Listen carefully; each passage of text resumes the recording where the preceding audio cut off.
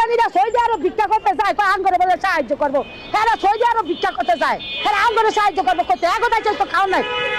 4 লক্ষ মানুষ সৌদি যায় ভিক্ষা করে, বাইচার কাম কাজ করে খায়, এগোটাই খাওয়া নাই, একজনের গোস্ত আরেকজনে খায়।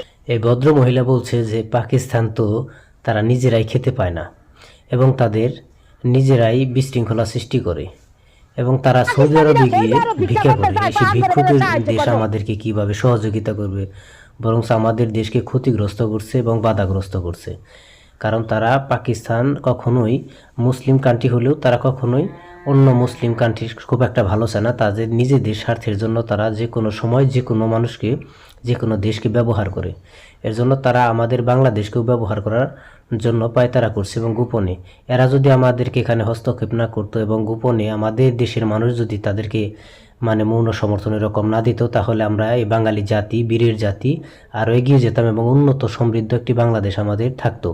এটা কিন্তু এই মহিলা বুঝতে পারছে, কিন্তু এই দুঃখিনী মায়ের কথা কে বুঝবে?